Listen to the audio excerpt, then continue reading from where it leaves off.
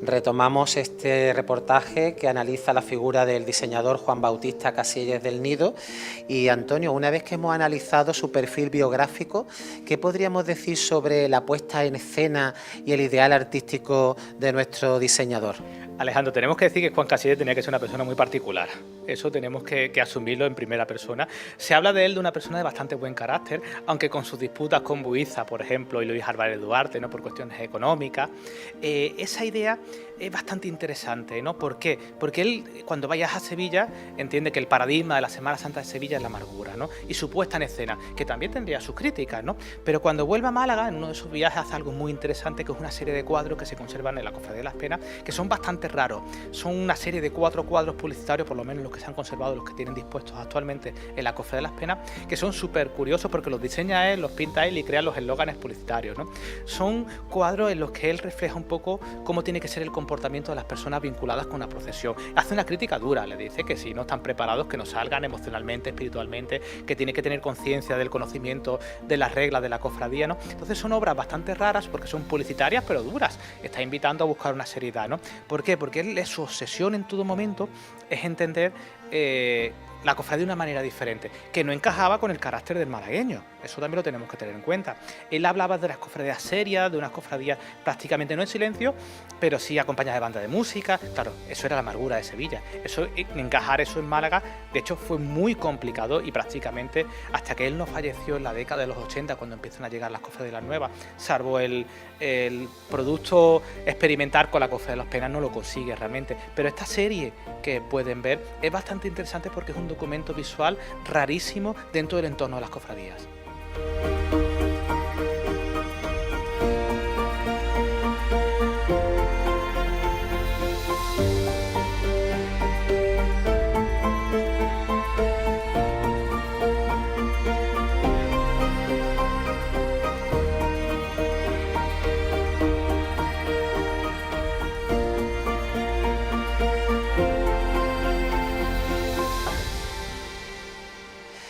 Antonio, esta revolución estética que inicia Juan Casillas en la década de los 60 tiene una de sus particularidades en la irrupción de una serie de imágenes de Antonio Eslava, Francisco Buiza, Luis Álvarez Duarte, que en cierto modo vienen patrocinadas por nuestro diseñador.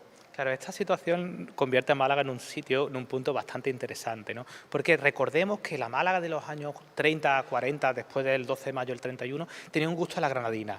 Históricamente Málaga lo tuvo, como lo sigue manteniendo, por ejemplo, Vélez Málaga en la actualidad, ¿no? Incluso Vélez Málaga lo mantiene prácticamente 50, 60, 70, 80, hasta que muere Domingo Sánchez Mesa, ¿no?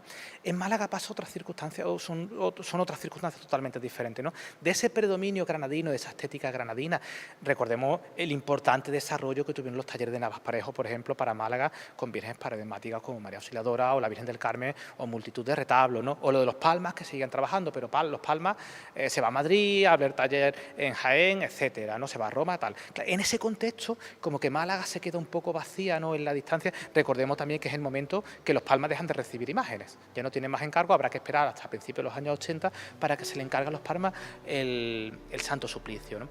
En ese contexto de las estéticas granadinas, o del paso de las estéticas granadinas al paso de las estéticas sevillanas, claro, no es casual. Tiene un porqué, ¿no? Que siempre quizás lo tenemos un poco olvidado, ¿no? Que la Semana Santa de Málaga, y nosotros comenzamos esta tanda de reportajes mencionando precisamente esto, Alejandro, que es gracias al gusto de unos pocos, y esos pocos tienen que ver con esas personas que son corredores, son comerciales de determinadas casas comerciales, que además están en Sevilla, y nuestro protagonista es uno de ellos, ¿no? Nuestro protagonista, Juan Casillas, se convierte en cierta manera, es el representante comercial, el delegado comercial de la Casa Villarreal en Málaga, pero también lo es de varios escultores. Claro, si no, sería imposible entender todo lo que está pasando, porque es que nada más que empiezan a llegar imágenes sevillanas, ¿no? Estos escultores son, como no, el paradigmático Buiza, de un carácter muy difícil, y además le gustaban los dineros. Por otro lado estaba Eslava, y ciertamente luego empieza a irradiar la figura de un jovencísimo Luis Álvarez Duarte, con el que también de Casillas habrá sus diferencias, ¿no? Precisamente, claro, si no entendemos esta idea que estamos contando, Alejandro, no podemos entender el predominio de los Buizas. de todo el extraordinario desarrollo que tienen los buizas en la ciudad de Málaga, sin entender la figura intermediaria de Juan Casielles. Claro, esto poco a poco además se diluirá posteriormente con la llegada de las obras de Luis Álvarez Duarte, que será paradigmático. Además, llegan obras de un Álvarez Duarte que es que era muy pequeño, era muy joven, y es incomprensible que Luis Álvarez Duarte reciba el encargo de la cena, porque no era tan bueno en ese momento, era muy incipiente para encargarle un misterio de 12 figuras, más el Cristo 13, más la Virgen, ¿no? Fruto del contexto del incendio de la Capilla de la Cena, pero claro, era de repente como el gran encargo escultórico de la Málaga del siglo XX. De hecho, en Málaga nunca se ha hecho un encargo tan grande como ese tipo, ¿no? Si no entendemos estos intereses comerciales y del gusto, ¿vale?, no podemos entender la llegada de esas imágenes. Y en este contexto, Juan Quintana también nos contó cómo pasa también por diferentes opiniones, desde la Cofradía de la Cena, cómo Juan Casielles llega a la Cofradía de las Penas.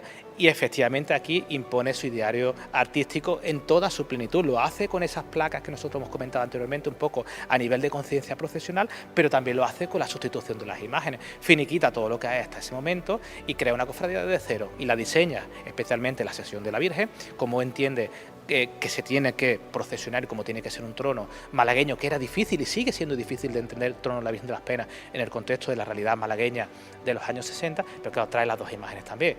Y se las encarga una porque en Buiza, del que tenía el encargo comercial de vender sus imágenes en Málaga, y por otro lado la Virgen del Lava, que también nos comentó Juan Quintana, que hubo ese acuerdo no escrito de que no llegasen más imágenes del Lava a la ciudad de imágenes. Fruto de todo este contexto tenemos que entender el neobarroco malagueño o sevillano, mejor dicho, llegado a la ciudad de Málaga, que después tendrá múltiples referencias, ¿no? Habrá que esperar hasta los años 80 para que llegue la figura Suso de Marcos, se exprese en otro lenguaje, pero sí que es cierto que esta línea que tiende Juan Casielles prácticamente será la tónica general de los años 60, 70 y 80 con la llegada de imágenes procedentes de Sevilla. Antonio, ¿cuál es la característica artística de la obra de Juan Casielles? Quizás lo primero que teníamos que decir, Alejandro, que es una persona, primero con cualidades artísticas, desde pequeño eso era evidente. Él cuando entra en el seminario y tiene esa enfermedad pulmonar, está bastante tiempo retirado de la vida pública y como que toma conciencia que se quiere dedicar al arte. Pero claro, había cualidades artísticas, evidentemente no me voy a dedicar al arte sin tenerlas, ¿no? La primera cuestión que tendríamos que mencionar de él sería su pasión por el estudio del natural. Esto lo llevará también al estudio del cuerpo humano, y se habla continuamente de los mancebos, de los jóvenes que pintan, ¿no? Pero él va a Sevilla, por ejemplo, él viaja por España, por Portugal, por Francia, por Italia, está en Florencia, está en Roma, ¿no? Pero especialmente en Sevilla se mueve habitualmente, ¿no? Recordemos que desde el 12 de mayo del 31 en Málaga no había fuentes de la que beber en Málaga. Claro, sí que había cosas en la catedral que estudiar, pero no era lo mismo que irse a Sevilla, que estaban todas las iglesias repletas, ¿no? Entonces esta es la primera idea que tenemos que tener en cuenta, que Juan Casielles conoce perfectamente lo que está pasando en Sevilla, pero no solo lo que están haciendo los diseñadores, sino que conoce todo lo que se ha diseñado antiguo. Conoce el sagrario de la Catedral de Sevilla de finales del siglo XVI, conoce las grandes obras del barroco, conoce toda la platería. De hecho, muchísimas de sus piezas están impregnadas, influenciadas, por ejemplo, por las piezas que hay en la Catedral de Sevilla, ¿no? Entonces, de este regusto del estudio del natural existen o surgen su conciencia artística. A partir de ahí tenemos que tener un poco cómo se expresa él, ¿no? ¿Qué es lo que pasa, no? Juan Casielles intenta reconducir el gusto de la ciudad de Málaga, cosa que no era nada fácil por las cuestiones evidentes del tamaño, la proporción. Sevilla nos quedaba lejos, tampoco había tantos malagueños que iban a ver la Semana Santa de Sevilla. Por supuesto no existía la televisión en el desarrollo que tiene en la actualidad, ¿no? Partiendo de esa conciencia sevillana que tenía que ser bastante intenso, bastante difícil de llevar, ¿no? Porque en Málaga no lo se entendía. Yo creo que tenía que ser una persona como Cansina, con su regusto sevillano, ¿no? Que fue capaz de proyectar en algunos contextos, ¿no?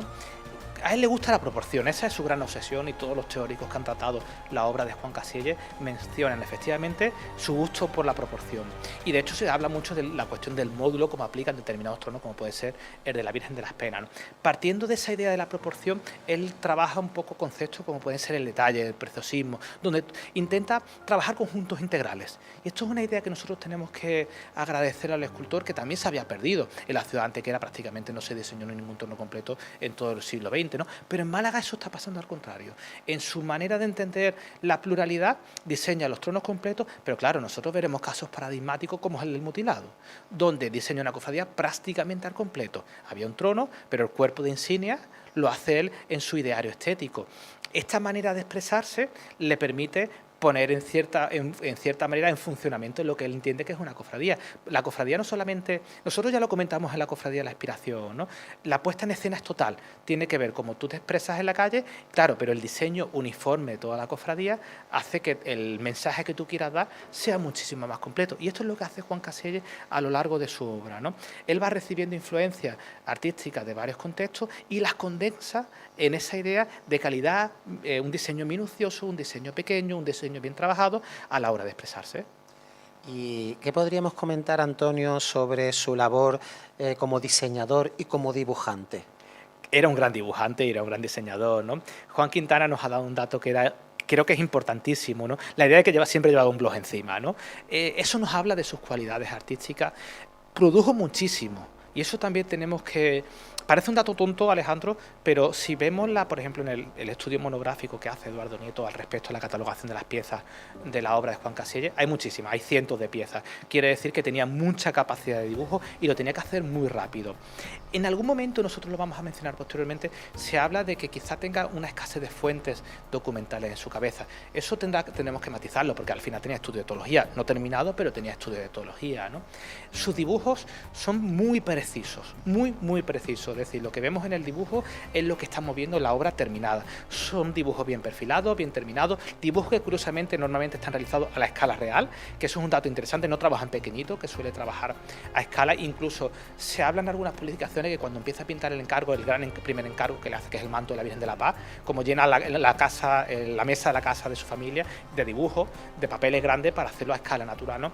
Es un tema interesante porque ahora se trabaja en pequeño y se saca en escala y se pierden cosas por el camino. Su obra, como nosotros podemos ver aquí todo en lo que estamos comentando y posteriormente podremos ver las piezas, reflejan prácticamente con exactitud lo que él quería, ¿no? Son diseños muy rotundos, son diseños que se expresan en diversos estilos artísticos y son diseños que también los que podemos ver los arrepentimientos. Él mismo hace las correcciones para que funcione. Claro, son diseños que están entendidos en la proporción justo de la imagen y del trono que entendía, con lo cual nos habla de lo mejor de Juan Casielles. Es decir, si su obra terminada en el sentido como dibujante, como pintor, que también pintó carteles de Semana Santa, etcétera, pero es en sus diseños donde se expresa en su plenitud. De hecho, sabemos que también muchos de esos diseños siguen existiendo, por ejemplo, en la Casa Villarreal y siguen jugándose. Muchos no se realizaron y es curioso porque todas las cofradías, muchas de las cofradías malagueñas, conservan diseños de Juan Casielles que no se realizaron y que se están como retomando, especialmente lo que tiene que ver de puñales, coronas, etcétera, porque son piezas de excepcionales calidad. Por ejemplo, el que hizo para la Corona de la Esperanza, que es una de sus mejores piezas, ¿no? Entonces, resumiendo esta parte de los diseños, él se expresa perfectamente por el dibujo, porque él era buen pintor, por ejemplo, ¿no? Y de hecho sus carteles de Semana Santa son bastante novedosos, pero donde consigue su conciencia artística en su plenitud totalmente, sin lugar a duda, Alejandro, es en los dibujos profesionales. Estamos aquí contemplando, Antonio, una muestra de enseres que gentilmente nos ha montado la Cofradía de las Penas, en el cual pues se recoge un poco las ideas artísticas y las influencias que Juan Casielles tenía a la hora de diseñar estas obras procesionales. Bueno, tenemos que agradecer a Alejandro la Cofradía de las Penas el despliegue que han hecho de piezas, porque además, como profesor que soy, estoy pensando que tenía que traer a mis alumnos para que puedan disfrutar de esta esencia de comparar los diseños con las piezas, ¿no? Tenemos la gran oportunidad, y quizá muy rara, ¿no?, de comparar siempre el rico archivo documental que tiene la Cofradía de las Penas con las piezas originales, ¿no? Cuando hablamos de la figura de Juan Casielles, tenemos que entenderlo como una figura poliédrica. Es una figura que se va empapando de todo y que va recibiendo influencias de prácticamente todo lo que está pasando. No solo del neobarroco sevillano, del barroco imperante, sino que en estas piezas podremos ver no solo la calidad de sus diseños, que nosotros ya conocemos, sino también cómo va asumiendo estilos diferentes y los va integrando en una amalgama que en cierta manera parecería incoherente, pero que en la unidad del conjunto queda perfectamente integrado, ¿no? Aquí podemos ver, por ejemplo, el Renacimiento, será una de las grandes influencias. Veremos muy acorde a lo que está pasando en Sevilla, si me permiten, estas piezas, por ejemplo, veremos los dragones, tenemos que recordar los dragones de la Esperanza de Triana, del manto de la Esperanza de Triana, que vienen además de la cerámica sevillana, es decir, el regionalismo sevillano está totalmente presente en la obra de nuestro diseñador Juan Casillas. ¿Por qué? Porque además era uno de los sitios donde mirar. Juan Manuel Rodrigo Ojeda se está expresando en este estilo artístico, ¿no? En las diferentes piezas que podemos encontrar, podemos ver, por ejemplo, cómo la excepcional calidad de esta bocina, y si vemos por aquí, por ejemplo, vemos los candelieri, es decir, la idea de los romanos, que está tan presente en el arte sevillano, en el arte europeo prácticamente desde el siglo XVI, ¿no? Podemos ver también estos pequeños caujones con figuras, con tonditos esmaltados. Podremos ver también los mascarones, los querubines, que podemos ver en esta pieza, por ejemplo, lo ponemos aquí, el buen tratamiento del desnudo que tienen sus piezas, o estas figuritas tan pequeñitas de los querubines, ¿no? De lo interesante de todo esto es que cuando lo completamos o lo comparamos con el diseño ya era real, era un diseño con pocos arrepentimientos, y veíamos en esta obra cómo el diseño expresa ya prácticamente una idea totalmente definida, ¿no? Aquí vemos algunas de las muestras de influencia, pero tenemos otras muchas. Por ejemplo, tenemos influencias orientales, tenemos influencias bizantinas, tenemos influencias islámicas, tenemos influencias en cierta manera que se han perdido. Por ejemplo, la famosa hoja de plátano que vienen desde China, eso es muy habitual encontrarlo en determinados juegos de piezas, ¿no? De todo esto, Juan Casillas crea un lenguaje propio donde va integrando vocabulario procedente de diferentes sitios, ¿no? Claro, hacen que tenga una riqueza ornamental muy bestial. Un caso interesante en todo esto, y nosotros ya hemos comentado también, es que Juan Casillas diseña prácticamente la totalidad de la cofradía del mutilado, pero es curioso lo que hace en el mutilado, porque el diseño no es que sea más limitado, pero es que desde el punto de vista del repertorio ornamental sí que lo es. Es un diseño que, a diferencia de lo que vemos, por ejemplo, en la bocina de las penas, que incorpora múltiples motivos, en la cofradía del mutilado es mucho más simple. Prácticamente se reduce a la hojarasca, motivos vegetales, tallos, etcétera. ¿Qué pasa? Que lo suple con unas calidades, con unos materiales excepcionales, ¿no? De hecho, cuando vemos la cofradía del mutilado, por ejemplo, el estandarte de salida, vemos un cuajado completo, que ese será revulsivo para cuando se hagan, por ejemplo, los estandartes de la Expiración, los que diseñe Fernando Prini, etcétera, ¿no? De todo esto, vemos como nuestro diseñador es capaz de expresarse en contextos diferentes según la cofradía y el momento. Claro, también tenemos que tener presente que lo que estamos viendo era para su ideal de cofradía, entonces ya se esmeró bastante por hacer unas piezas muchísimo más complejas, porque después sus diseños, por ejemplo, para tronos, serán más limitados, serán tronos muchísimo más básicos, no habrá grandes alardes barrocos, se expresará normalmente un lenguaje muchísimo más clásico a base de columna, que es lo que veremos en el trono de la Virgen de las Penas.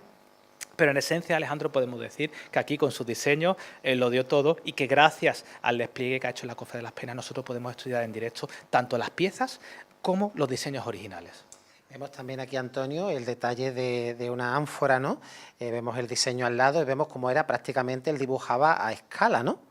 Es una calidad muy interesante, una cualidad muy interesante esta que estás mencionando, y efectivamente es que sus piezas ya tenían el tamaño real, y aquí en el pequeño montaje que hemos tenido la oportunidad de hacer lo vemos en su plenitud, ¿no? Le gustaba entender el sentido y la proporción ya real, que cuando se viesen las cosas no estuviesen falseadas ni hubiese que sacarlas a escala, ¿no? Porque a la escala se pierden cosas dependiendo de la calidad del diseñador y del maestro que la tiene que llevar a cabo, ¿no? Esta pieza además se expresa en un lenguaje renacentista, tiene las asas son muy bonitas, ese triple soporte de asa, ¿no?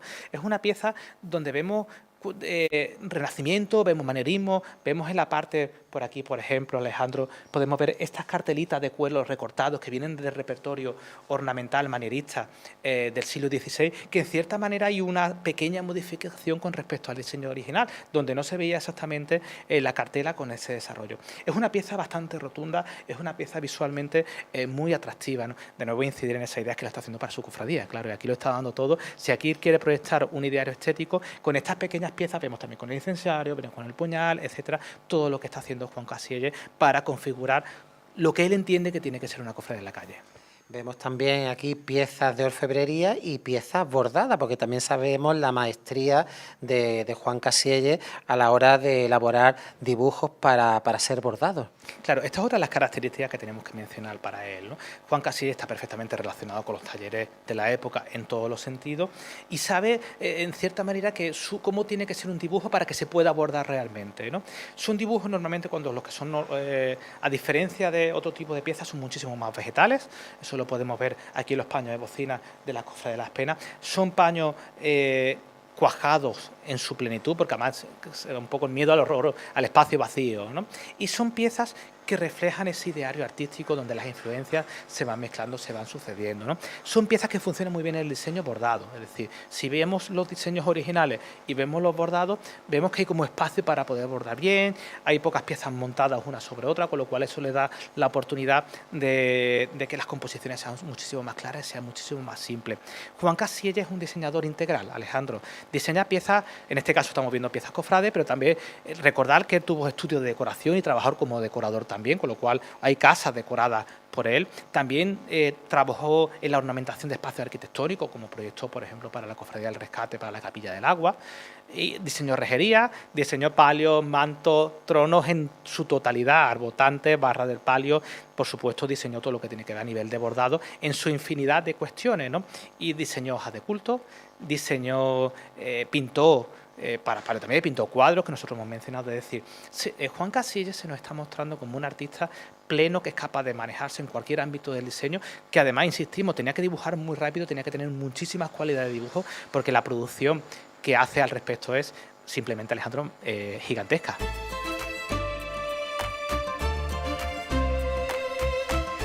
Y sobre los programas iconográficos que se desarrollan en las obras de Juan Casielles, ¿qué nos podías comentar, Antonio? Alejandro, no es quizá la crítica la que le vamos a hacer, porque en el contexto es lo que está pasando. El desarrollo de los grandes programas iconográficos es algo relativamente moderno, ¿no?